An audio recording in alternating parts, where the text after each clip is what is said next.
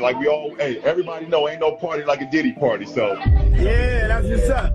Yeah. What we will be doing in today's video, I can't really disclose. All I gotta say is it's a 40K fan's dream. Hello, fellow Puff Daddy Flavor Camp dwellers, and in today's video, we will be wondering if the Diddler can survive 40K. This is definitely a video that I decided to make. Alright, let's get into it. So, first and foremost, we have to realize that with the Diddler himself has many supernatural powers and many scientific powers, such as the ability to fly, but only when it's raining. That's how it used to be, at least. So, as we all know, oil floats in water. So, part of the reason this man had so much baby oil is so that way, when the Diddler was, trying to suck on someone's toes, but they were fleeing, if it was raining, he could coat himself in oil and jump out a window, and this would cause him to fly, because, oil, floats in water, so this would cause him to fly. But then he realized there's actually, like, a tiny bit of water just in normal air, even when it's dry outside, so he can just kind of fly whenever, as long as he's covered in baby oil. Meaning your toes are never safe from P. Diddy.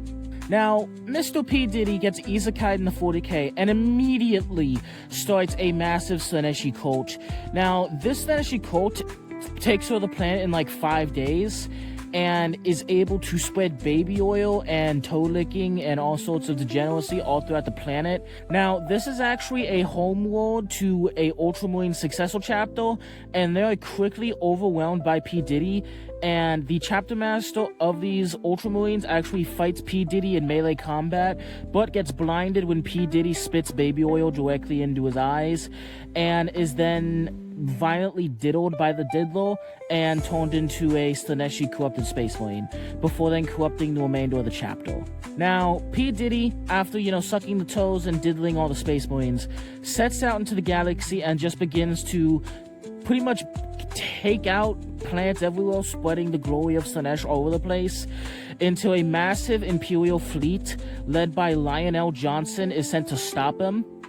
Now, this does not go too well for the Lion, because right as Lionel Johnson is preparing some cyclonic torpedoes to take out one of these Slaneshi corrupted worlds, right as he's about to hit the button, something licks his finger. Something very sensual, something very squishy, something very wet but powerful at the same time licks his finger, deep-throating it in fact. This is in fact P. Diddy. Lionel Johnson is terrified and swings his sword upon P. Diddy, but P. Diddy is so slippery due to all the baby oil that the sword simply slides right off of him. And the sword is so coated in baby oil that it becomes useless, only a dull weapon. So Lionel Johnson punches P. Diddy, which is his big mistake. The last thing you want is to put your hands on the Diddler. Anyway, I'm not gonna go over this fight because it was pretty epic and I don't want to make this video be, 9 hours long, but let's just say Lionel Johnson got diddled. Anyway, the massive fight caused by this attracts a ton of orcs, and the orcs that are attracted here are so powerful that the Orc Wa actually summons Gragsto Marglet Thatcher from, the warp. He stops fighting Angron and he, goes to fight P. Diddy, but ends up getting diddled. It pretty much causes the Orc Wa to backfire due to how violently all the orcs got diddled, and it pretty much makes all the orcs just kind of die around the galaxy. Next up, the Emperor's children react to him and are terrified. Some of the Emperor's children actually join P. Diddy, but are turned away, diddled, and killed by P. Diddy because of how safe and non-corrupted they are. Slanesh, not enjoying her warriors being killed by the new warriors, keeps an eye on him, but is still very favorable to P. Diddy. But Fulgrim, now emerging from the warp, isn't a big fan of all of his sons getting butchered by P. Diddy, and Slanesh having a possible new favorite champion. But he's worried that the might of P. Diddy will obviously, outmight the might of Fulgrim. Now, Fulgrim is a bit of a diddler. He's literally been, diddling people on a planet for 10,000 years, so he definitely has the experience of P. Diddy, but does not have the raw veracity nor the baby oil of P. Diddy. So, he decides to jump P. Diddy to try, take him out in secret. So he pretty much, sets up a trap on a planet. He leaves about 80 trillion bottles of baby oil on said planet, obviously luring P. Diddy there. And the second P. Diddy, bends over to, grab the baby oil, Fulgrim jumps trying to diddle him. But then right as he, puts his hands on him, he realized that it was an illusion, a copy made out of pure baby oil. And that when Fulgrim, due to the height difference between these two guys, Fulgrim actually had to bend over to attack him. So Diddy takes advantage of this in a very similar way to Popoaki and diddles Fulgrim, and then takes his role as the chosen champion of Slanesh.